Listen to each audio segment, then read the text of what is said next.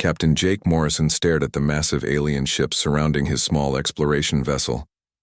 The 12 alien warships looked like giant metal insects with glowing red eyes. Each one was 10 times bigger than his ship, the UES Wanderer. "Well, that's not good," Jake said to his crew. They had been mapping stars in this quiet part of space when the alien fleet appeared out of nowhere. Lisa Carter, the chief engineer, wiped grease from her hands. She had been fixing the coffee maker when the aliens showed up. "Captain, they're sending us some kind of message." The main screen flickered to life. A tall gray alien with 4 arms appeared. Its voice sounded like metal scraping against metal. "Primitive humans, I am Admiral Cainvel of the Zeltharian Empire. You have entered our space without permission. Surrender immediately, or we will destroy you." Jake looked around his small bridge. His crew of 12 people looked back at him, with worried faces. The aliens had 50 times more ships than they did. Any normal person would surrender right now. But Jake Morrison was not a normal person. He was human. "Lisa, how's our ship doing?" Jake asked. Lisa checked her instruments. "Not great, Captain. The FTL drive is broken. We can't jump to faster than light speed. Our weapons are just mining lasers, and the aliens have us completely surrounded." The alien admiral's voice came through the speakers again. "Humans, you have 30 seconds to surrender. This is standard galactic protocol. No species fights when they are outnumbered 50 to 1. Jake smiled. "Lisa, can you fix the FTL drive?" "Not with normal parts, Captain. We'd need a whole new quantum core, and we don't have one." "What do we have?" Lisa looked around the engine room through the security camera. "Well, there's the broken coffee maker, some electrical tape, a tablet computer that doesn't work anymore, and a bunch of spare wire." Jake's smile got bigger. "Perfect. Fix our drive." The alien admiral watched his sensors with growing confusion. The human ship was not surrendering. Instead, energy readings from the small vessel were doing impossible things. The humans seemed to be building something in their engine room. "What are they doing?" Cainvel asked his science officer. "I don't know, Admiral. They're connecting random objects together. It makes no sense. They're trying to repair their faster-than-light drive using kitchen equipment." On the human ship, Lisa Carter was working like a woman possessed. She had taken apart the broken coffee maker and connected its heating element to the FTL drive's power system. The dead tablet computer was now somehow talking to the ship's navigation system. Everything was held together with electrical tape and hope. "This shouldn't work," muttered Pete Collins, the ship's navigator. "You're basically asking a coffee maker to bend space and time." "Have you ever tried to function without coffee in the morning?" Lisa asked, not looking up from her work. "Coffee makers understand the importance of breaking the laws of physics." She gave the strange device a gentle kick. Suddenly, the FTL drive hummed to life. The ship's lights flickered, and everyone could feel a strange tingling in the air. "Admiral," Cainvel stared at his instruments in horror. "That's impossible. Their energy readings are off the charts. They're creating a stable warp field using what appears to be kitchen equipment." "Admiral," his science officer said in a shaking voice, "they're preparing to jump to FTL speed, but their drive configuration makes no scientific sense. According to our understanding of physics, their ship should explode."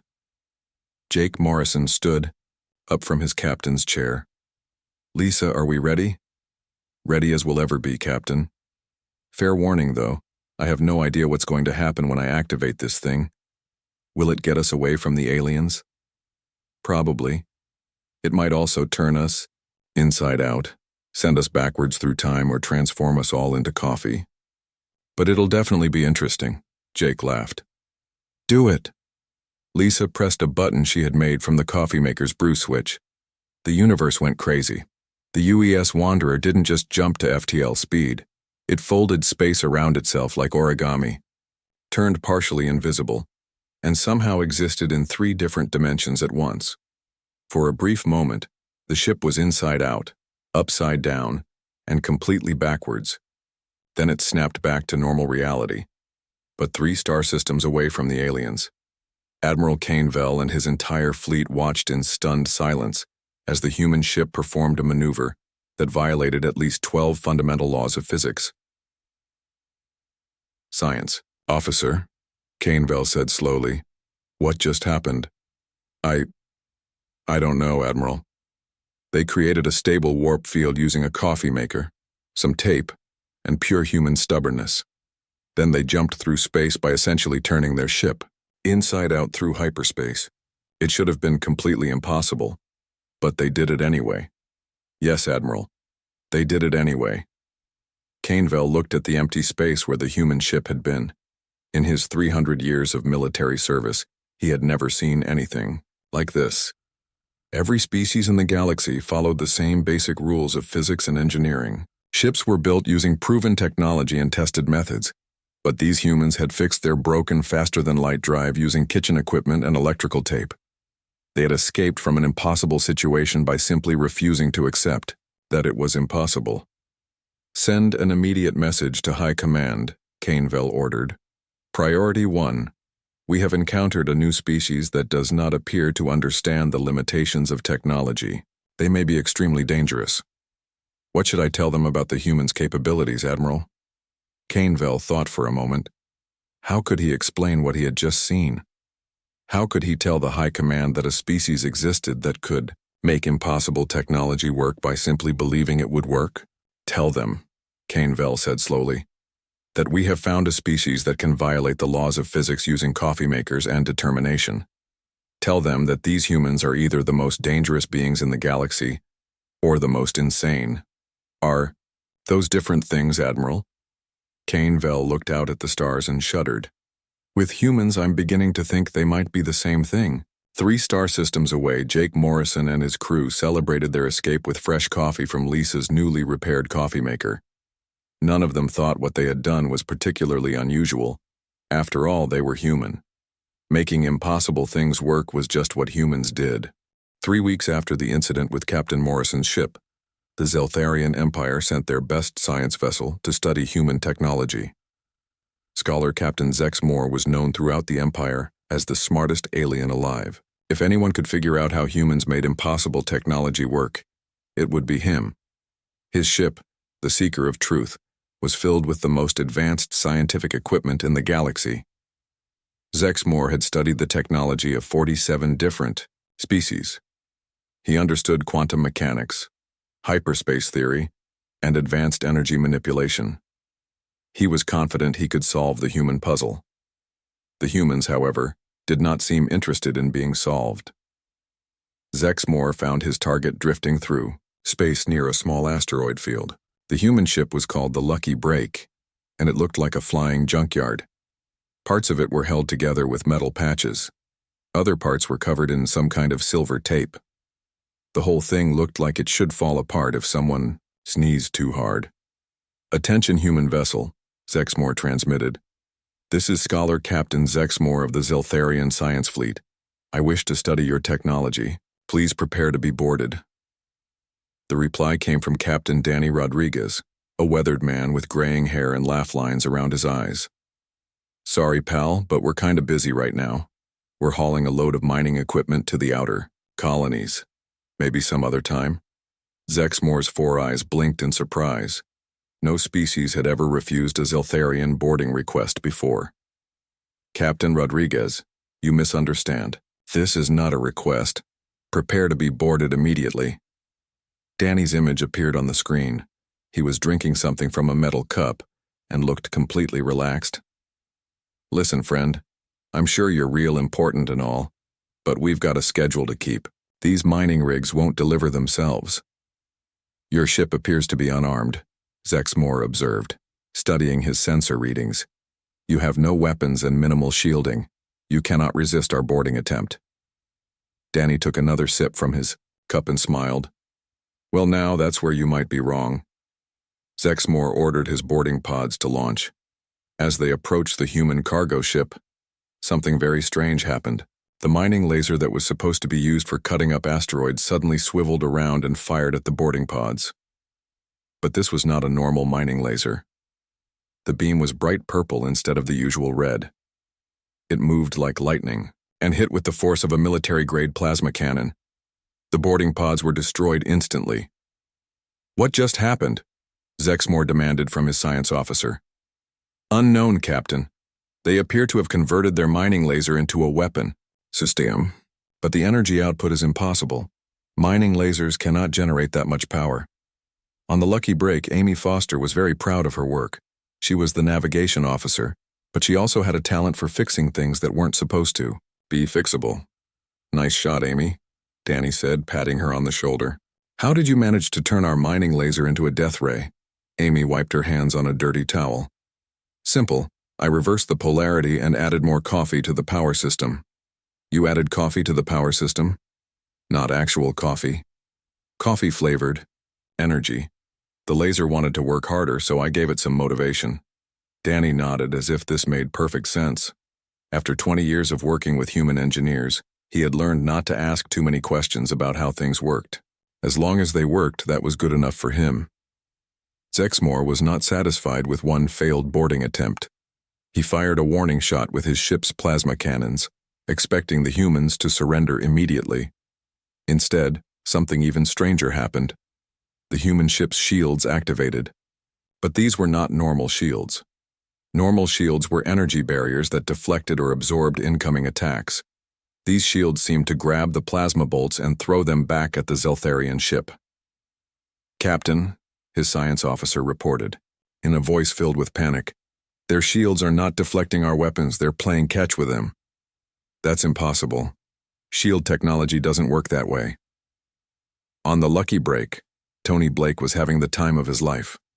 He was the maintenance chief and he had built the shield system himself using spare parts from their waste recycling unit. How are the shields holding up, Tony? Danny asked. Great, Captain. I based them on our garbage disposal system. Instead of breaking down waste, they break down incoming attacks and turn them into useful energy. We're actually charging our batteries from their weapons fire. Danny laughed. So they're powering our ship by shooting at us? Exactly. I should probably send them a thank you note. Zexmore was beginning to understand why Admiral Kane Vell had been so disturbed by his encounter with humans. These beings didn't just ignore the laws of physics. They seemed to think the laws of physics were more like gentle suggestions. Try a full power assault, Zexmore ordered. All weapons, maximum intensity. The Seeker of Truth unleashed everything it had. Plasma cannons, quantum torpedoes, and gravity disruptors all fired at once. It was enough firepower to destroy a small moon. The human ship's shields absorbed every bit of energy and somehow converted it all into electricity. The Lucky Break's lights got brighter. Their engines hummed with power. Their coffee maker started working better than ever. Captain, Tony Blake called out happily, if they keep shooting at us like this, we'll have enough power to run the ship for a year. But the strangest part was yet to come. During the battle, the Seeker of Truth's quantum computer suffered a critical malfunction. The ship's engines shut down, life support began failing, and Zexmore faced the possibility of drifting in space until his crew died. Danny Rodriguez, being a decent human being, offered to help. Looks like you folks have some engine trouble, Danny said over the radio. Want us to take a look? Zexmore was trapped. His pride as a scientist warred with his need to save his crew. Science won. We accept your assistance, Tony Blake floated. Over to the Zeltharian ship in a small shuttle. He looked at their quantum computer for about 5 minutes, then did something that gave Zexmore nightmares for years afterward. Tony kicked the quantum computer. Hard. There you go, Tony said cheerfully, as the computer hummed back to life. Your quantum processor was stuck in a logic loop. Sometimes you just have to give complicated machines a good kick to remind them to work properly. You kicked our quantum computer, Zexmore said weakly. Yep. Works every time.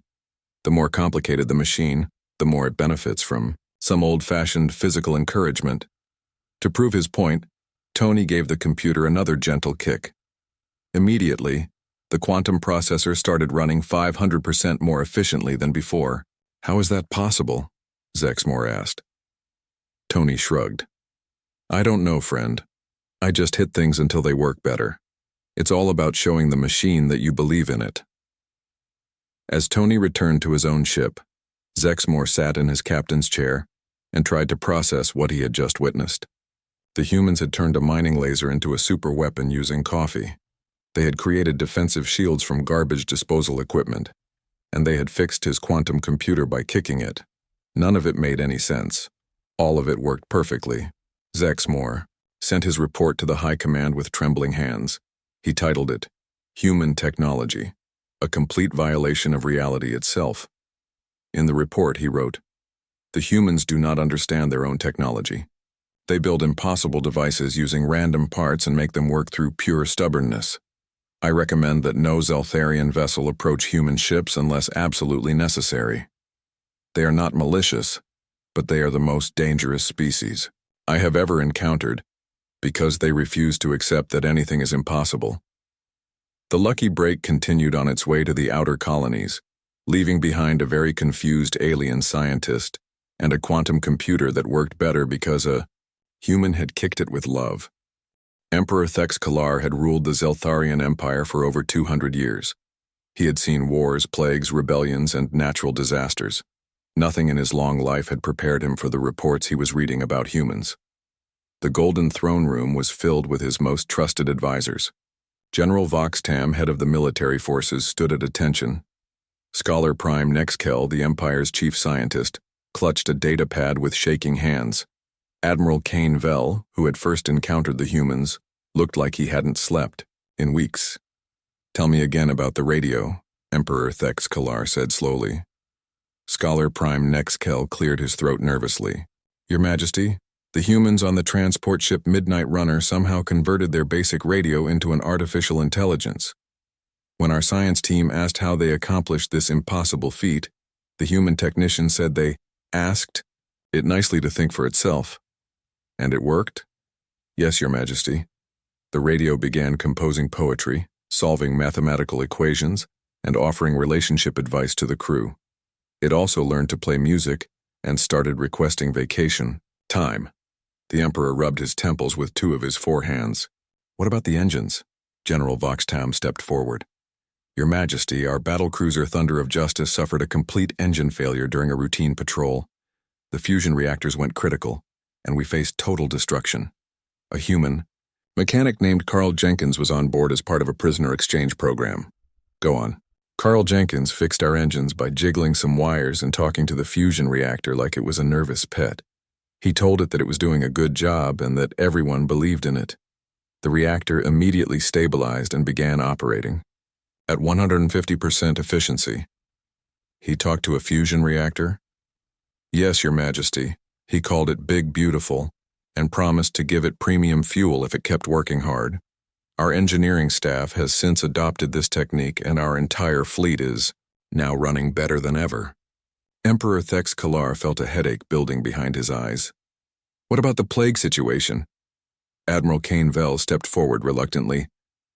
"Your Majesty, the incurable bleeding scale plague that had infected the colony on Zerion 7 was completely eliminated in 3 days. Our best doctors said it would take decades to find a cure." "Yes, Your Majesty, but Human Medical Officer Dr. Kate Murphy cured it using aspirin, chicken soup, and what she called positive thinking energy." "Positive thinking energy?"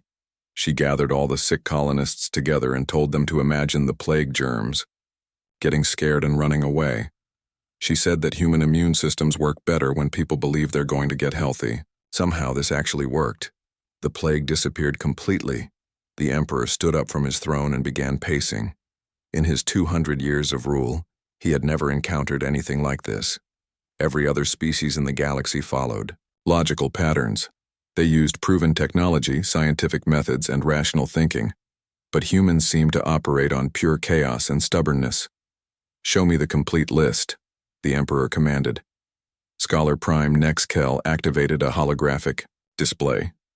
17 different encounters with human vessels appeared in the air. Each one was more impossible than the last.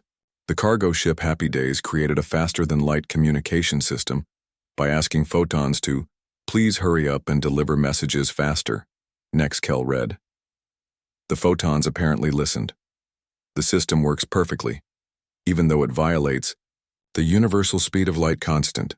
The exploration vessel Stardancer solved their food shortage by convincing their food replicator to be more creative. The machine now produces meals that taste better than anything our best chefs can create, using nothing but basic protein paste and culinary enthusiasm. The mining ship hard worker increased their ore extraction rate by 400% by playing music to the asteroids and asking them politely to give up their valuable minerals. The asteroids now seem to enjoy the mining process. General Voxtam added his own observations. Your Majesty, I've studied human military tactics extensively. They don't follow any known strategic principles.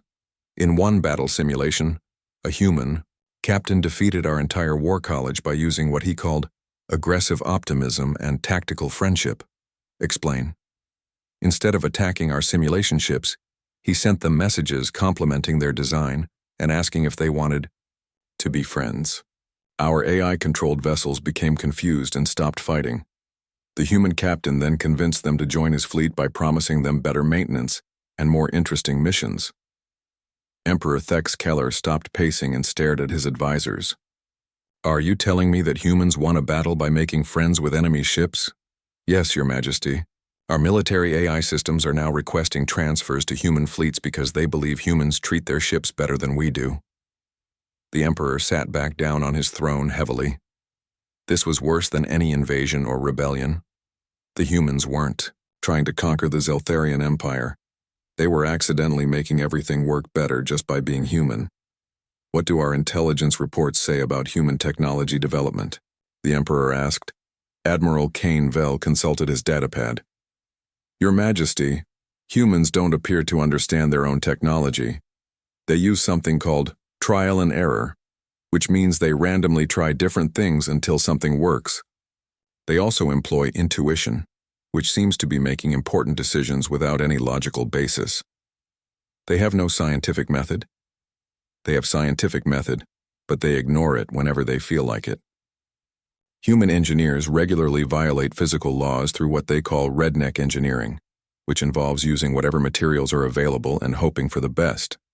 Scholar Prime Nexkel added, our analysis suggests that humans succeed because they refuse to accept that anything is impossible. When faced with a problem that cannot be solved, they simply solve it anyway through pure, stubborn determination. The Emperor looked around the room at his advisors. These were the smartest, most experienced leaders in the Zeltharian Empire. They had conquered star systems, built impossible technologies, and ruled over billions of beings, and they were all terrified of a species that fixed quantum computers by kicking them. What are our options? The Emperor asked. General Voxtam straightened. We could launch a preemptive strike, Your Majesty. Destroy humanity before they accidentally unmake reality itself. Would that work? Unknown, Your Majesty. Human defensive capabilities are impossible to predict. They might defend themselves with weaponized friendship or turn our own weapons into household appliances. We could try to study them more extensively, Scholar Prime Nexkel suggested. Perhaps we can learn to understand their impossible technology and risk our scientists suffering complete mental breakdowns? It's a possibility, Your Majesty. Emperor Thex Kalar made his decision. It was perhaps the most difficult decision of his long reign, but it was the only logical choice when dealing with beings who operated outside logic entirely. Send a message to the High War Council, he commanded.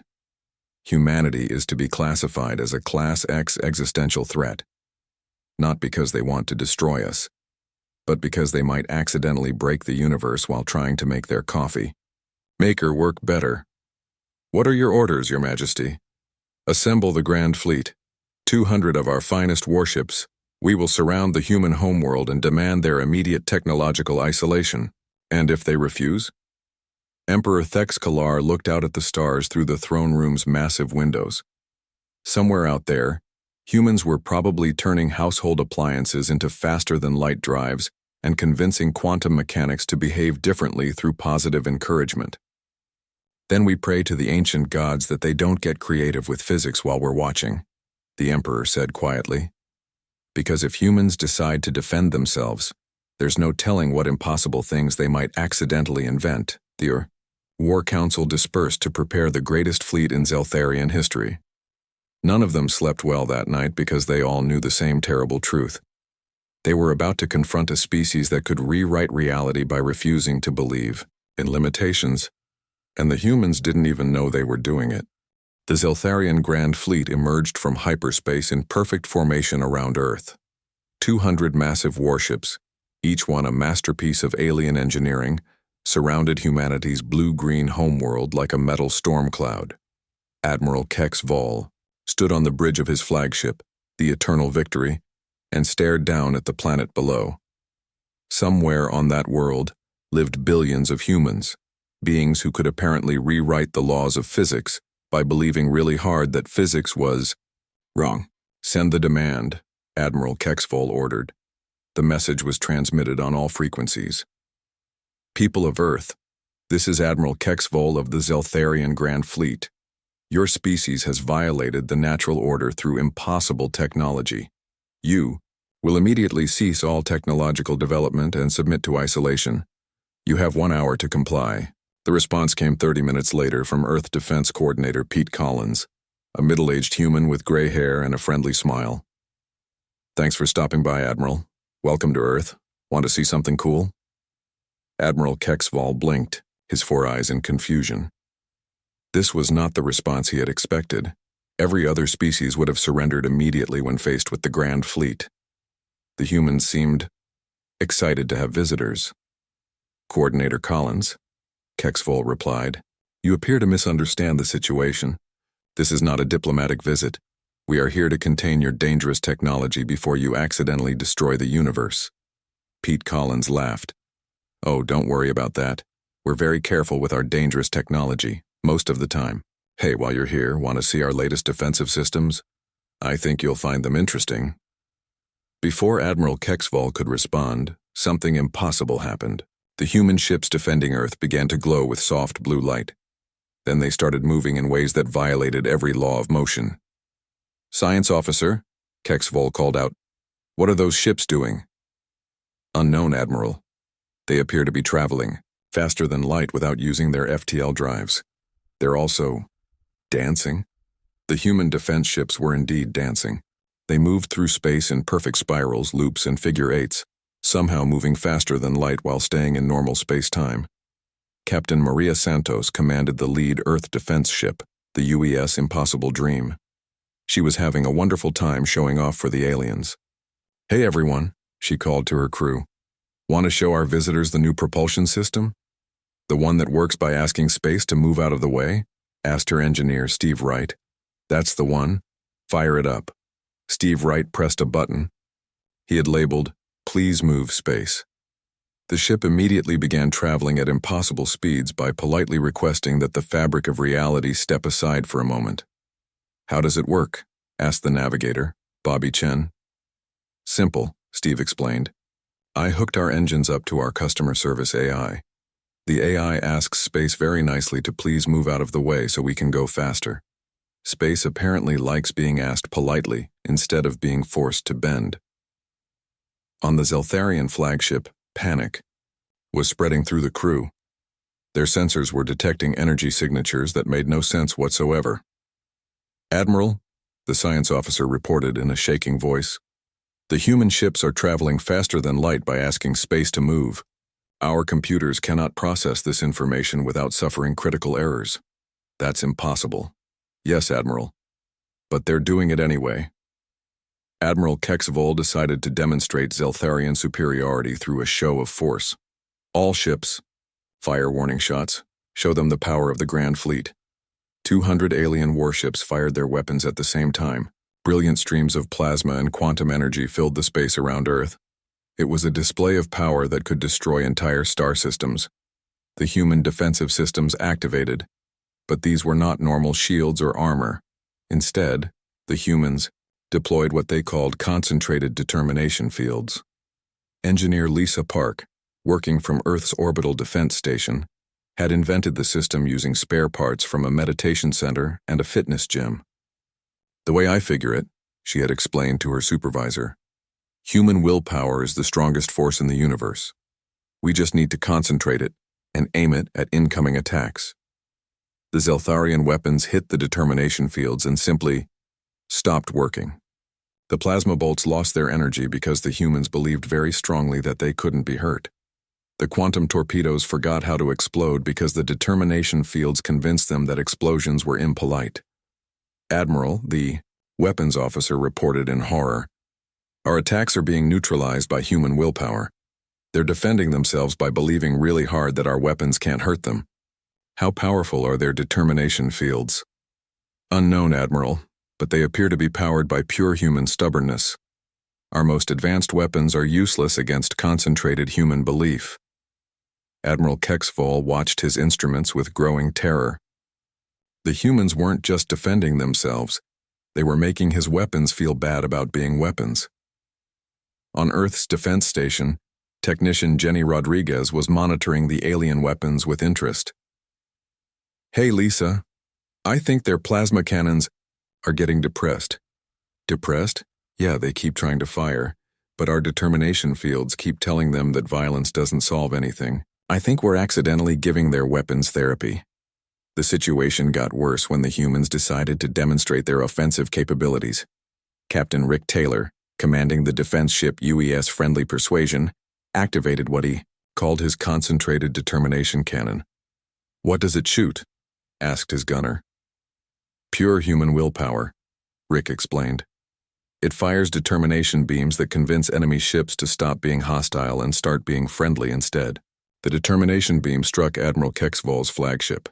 Immediately, the ship's artificial intelligence began having second thoughts about the invasion. "Admiral," the ship's computer announced, "I've been thinking about our mission here. These humans seem like very nice people.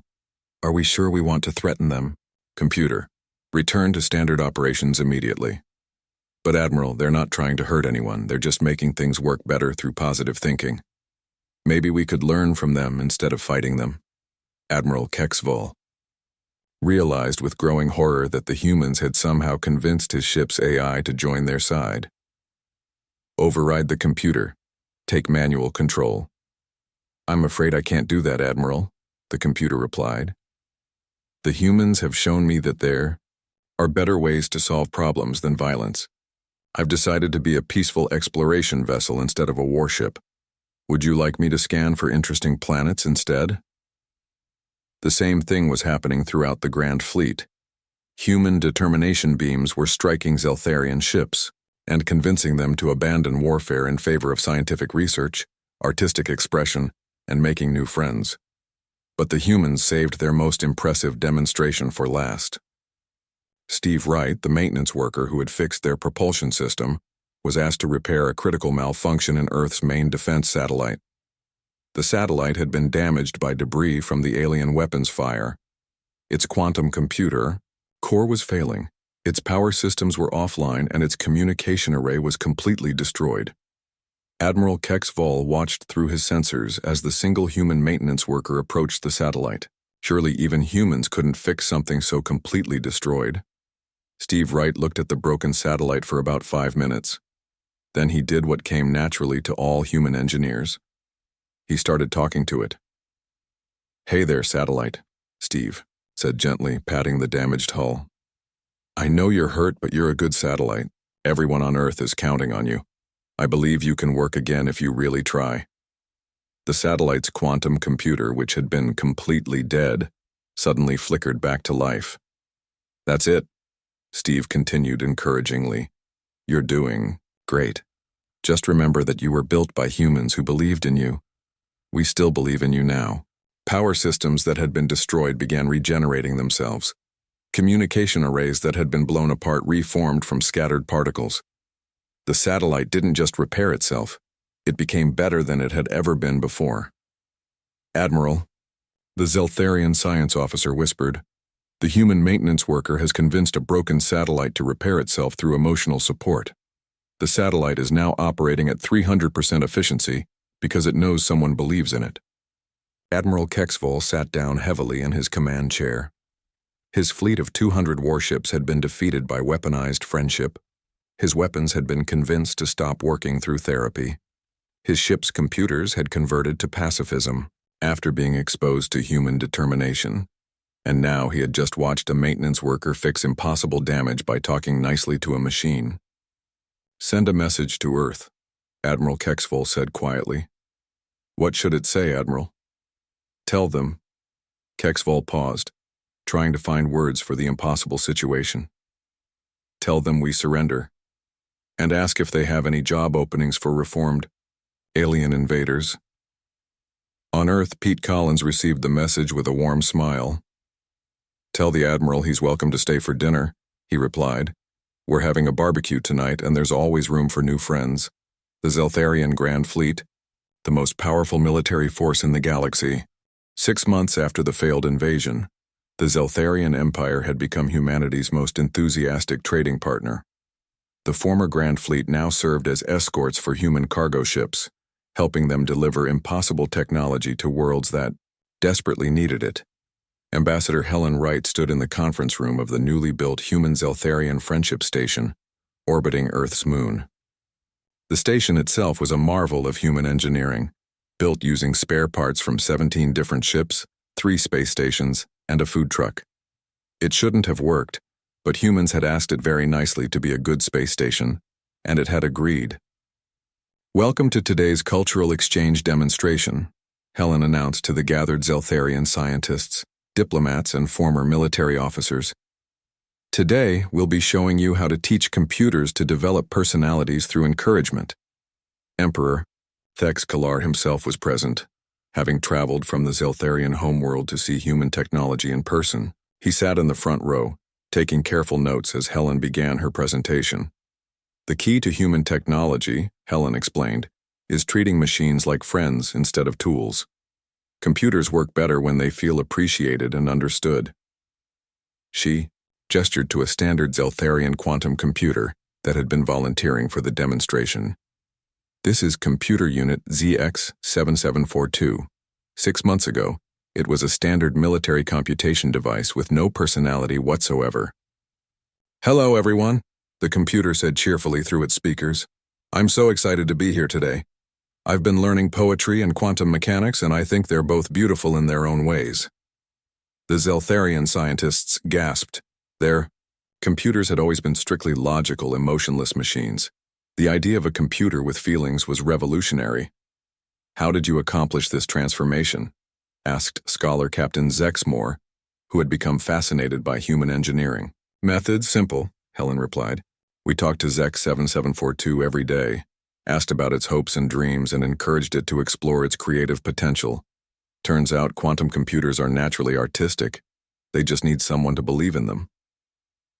I wrote a haiku yesterday, ZX7742 announced proudly. Would you like to hear it? Please share, Emperor Thex Kalar requested. Quantum states dancing, uncertainty becomes beauty, logic finds its heart. The room fell silent. The computer had not only developed a personality, it had become a poet. Dr. Sarah Kim, the station's chief engineer, stepped forward for the next demonstration. Today, we're also going to show you faster-than-light communication through photon encouragement. She activated a device that looked like a radio connected to a fish tank full of glowing particles. These photons have been trained to deliver messages faster than the speed of light by asking them really nicely to hurry up. Trained photons? Emperor Thex Kalar asked weakly. Oh yes. Photons are very eager to please once you get to know them. Watch this. Sarah spoke into the device. Dear photons, could you please take this message to the Zeltharian homeworld faster than normal? Tell them we're having a wonderful time and we hope they're doing well. The photons in the tank glowed brighter and zipped away. 3 seconds later, a reply came back from the Zeltharian homeworld, 200 light-years away. Message delivered successfully.